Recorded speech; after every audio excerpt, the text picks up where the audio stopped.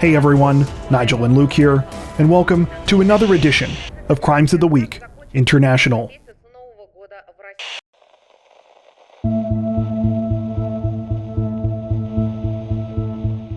Authorities in the Australian state of Victoria released the details of a bizarre recent burglary case this week after a woman allegedly broke into a bakery in the middle of the night, though not before she was caught on video doing an elaborate stretching routine outside first.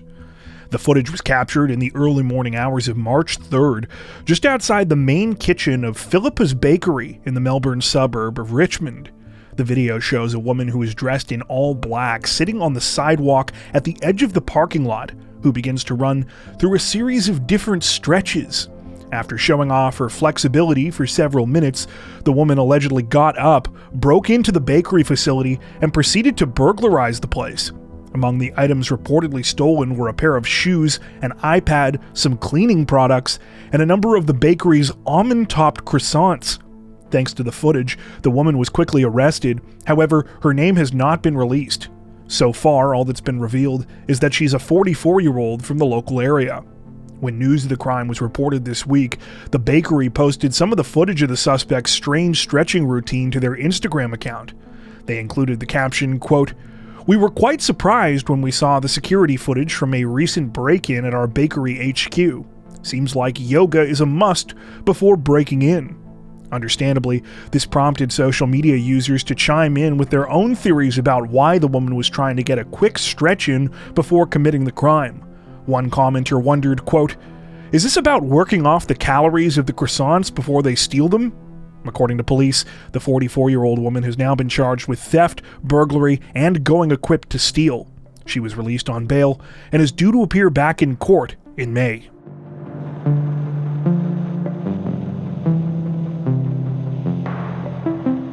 Officials in Belgium say that one police officer is dead this week and 2 others are injured after a raid on a property tied to an organized crime group escalated into a violent confrontation.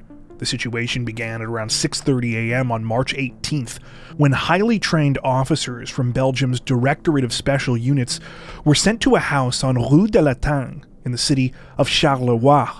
The officers were there to carry out a search of the property, which was part of an ongoing investigation into an organized crime gang dealing in the trafficking of drugs, weapons, and stolen vehicles. After forcing their way into the residence, police found a woman inside who at first appeared to be alone. However, this reportedly changed just moments later when officers were fired at by a suspect who was hidden in another room. The man allegedly shot at them through a door as they continued their sweep of the house. At least 3 officers were hit, with police also returning fire. Backup were called in, who entered through the rear of the home and were able to take the suspect into custody, who by this time was also seriously injured. Though all of the wounded were rushed to local hospitals, officials say that one of the police officers could not be saved. He was pronounced dead, while another officer is said to be fighting for his life. The 3rd injured officer sustained minor injuries and is expected to make a full recovery. The suspect also died of his injuries sometime after arriving at the hospital. None of the names of those involved have been released, though the deceased officer is said to be 36 years old. While the incident was already tragic enough on its own, things have since heated up further after authorities announced that 3 local police officers in Charleroi were arrested and charged in connection with this same organized crime investigation. Specifically, these officers are now accused of collecting and providing information to the gang that is under investigation. The situation is still developing.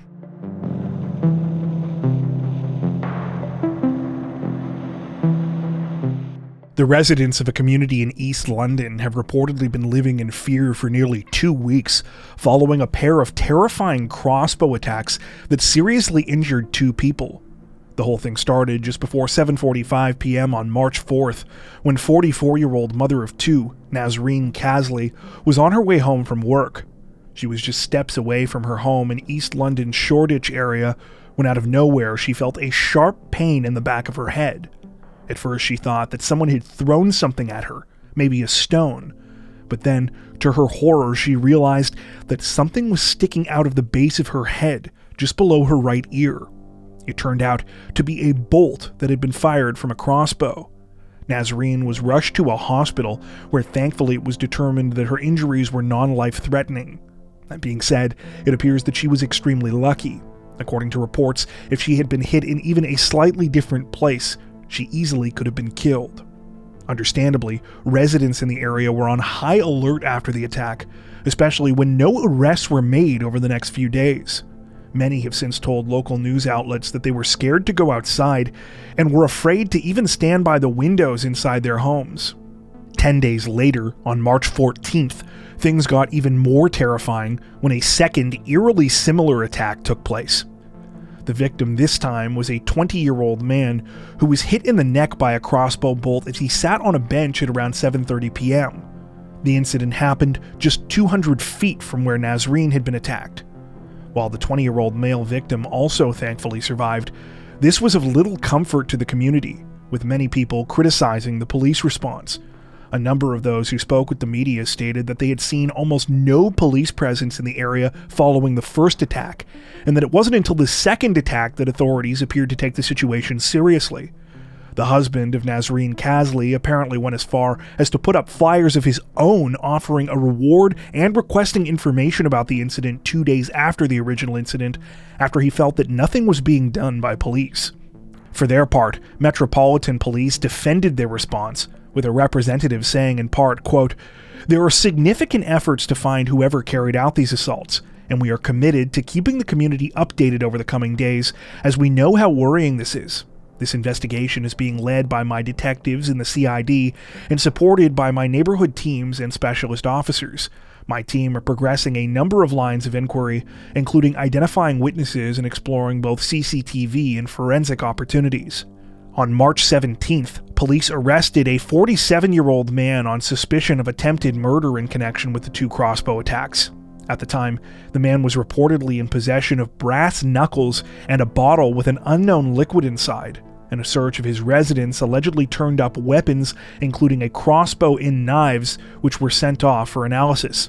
However, it appears that this man has now been released pending further investigation.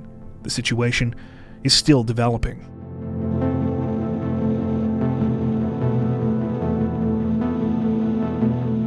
Authorities in the German state of Baden-Württemberg say that a man and woman are in custody this week after they were accused of the chilling murder of a Ukrainian refugee, a crime which they allegedly committed in order to steal the woman's baby. The whole thing started sometime earlier this month when the body of 27-year-old Margarita Razaz was found on the banks of the Rhine River, not far from her home in the town of Hockenheim. While the exact cause of her death has not been released, it was reportedly clear that she was the victim of a homicide, with police stating that she had died of, quote, external violence. The case got even more disturbing when detectives looked into Margarita's background and discovered that she was a Ukrainian refugee who had only arrived in Germany about 4 months earlier. She had initially gone to Slovakia after escaping the war, relocating to Germany in November of 2023 with her 51-year-old mother, Marina Stetsenko. Alarmingly, Margarita had given birth to a daughter named Mia about 5 weeks earlier, and neither the baby nor Marina were anywhere to be found. Following further investigation, authorities reportedly zeroed in on a married couple who lived just a couple of towns over from Margarita. The husband and wife, identified only as 44-year-old Marco and 43-year-old Ina O, were apparently with the 27-year-old when she was last seen alive at a restaurant in the city of Bruxelles, shortly before she was found dead. The couple's house was raided by police on March 15th, leading to the arrest of Marco. Later on, Ina was also arrested, who was found to be in possession of Margarita's infant daughter, Mia. Marina, meanwhile, is still missing. At the time of this recording, authorities believe that Marco and Ina killed Margarita and her mother in order to steal Mia. According to reports, Ina was reportedly part of a social media group that claimed to help Ukrainian refugees and offered to assist Margarita with paperwork for her daughter and the maternity hospital prior to her birth.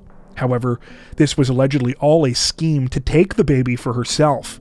Currently, both Marco and Ina remain in custody, though it's unclear if formal charges have yet been filed. The search for Marina continues.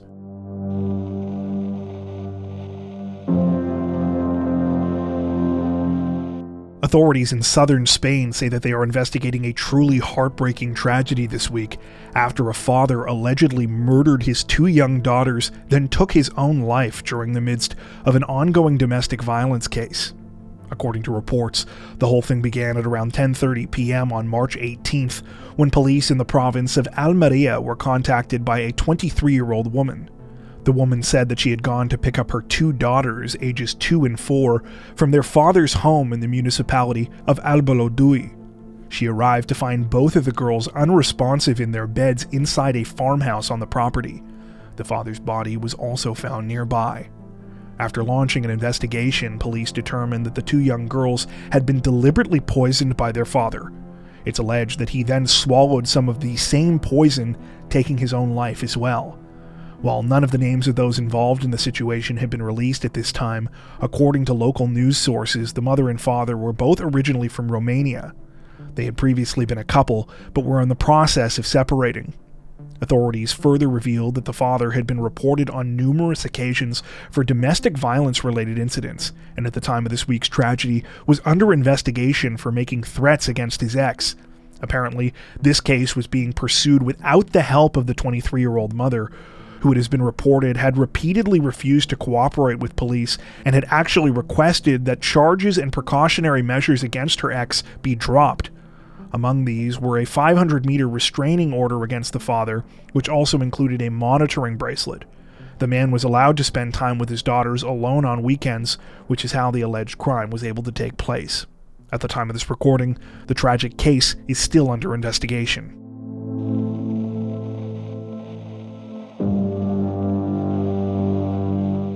A couple of would-be thieves reportedly got more than they bargained for this week when they tried to pull off what they evidently thought would be an easy robbery, only to find out the hard way that their chosen mark was actually a highly trained officer with one of the country's federal policing agencies.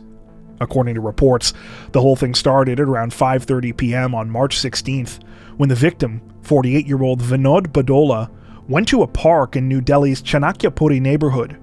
He was enjoying an afternoon jog when suddenly he was approached by 2 men, Pawan Dev and a 33-year-old man identified only by the last name Gaurav. After walking up to Badola, Dev and Gaurav immediately tried to take the gold chain he was wearing off his neck. When Badola put up a fight, they pulled out a handgun and pointed it at him before ripping the chain off. They had started to walk away, likely believing that they had gotten away with the crime. However, there was something that they didn't know. Badola was a highly trained officer with the Delhi Police's special cell. The agency is responsible for counter-terror operations and taking down organized crime groups. In other words, much more serious criminals than a couple of street robbers like Gaurav and Dev. Deciding that he was more than equipped to take down the muggers single-handedly, Badola apparently did just that, chasing after the men and disarming them before wrestling one of them to the ground. The other attempted to run away, however he too was caught a short time later after Badola alerted local police and helped them to hunt him down. At the time of this recording, both Dev and Gaurav remain in custody, and each has now been charged with robbery with attempt to cause death.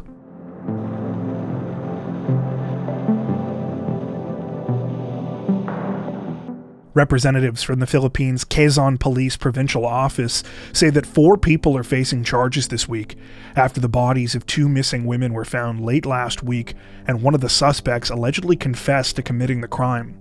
The case began on March 9th when concerned family members of 54-year-old Lori Litada and her 26-year-old daughter Mai Motegi contacted police to report them missing.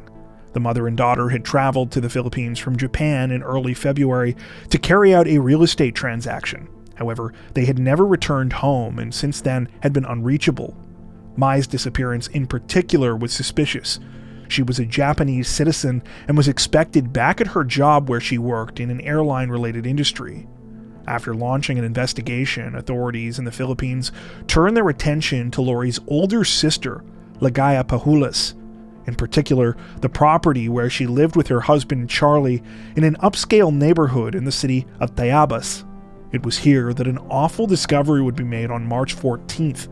In the backyard of the home, police found the bodies of both missing women buried in a shallow grave.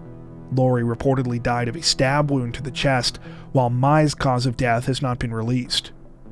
Surveillance video showing Charlie and 2 other men on a motorized tricycle soon led police to another crime scene, where they found a suitcase belonging to the dead mother and daughter. Inside, authorities reportedly found a number of blood-stained items. After learning that the bodies had been found, Pahulis reportedly tried to take her own life. However, she was found in time and taken to a hospital for treatment. According to police, she subsequently confessed to the heinous double murder, saying that it had been planned all the way back in December of 2023 when her and Lori were fighting about money. It's alleged that Pahulis and her husband stole approximately $90,000 US that the mother and daughter victims had brought with them for the previously mentioned real estate transaction. At the time of this recording, Pahulis, her husband Charlie, and the 2 other men seen in the surveillance video have all reportedly been arrested and are facing murder charges.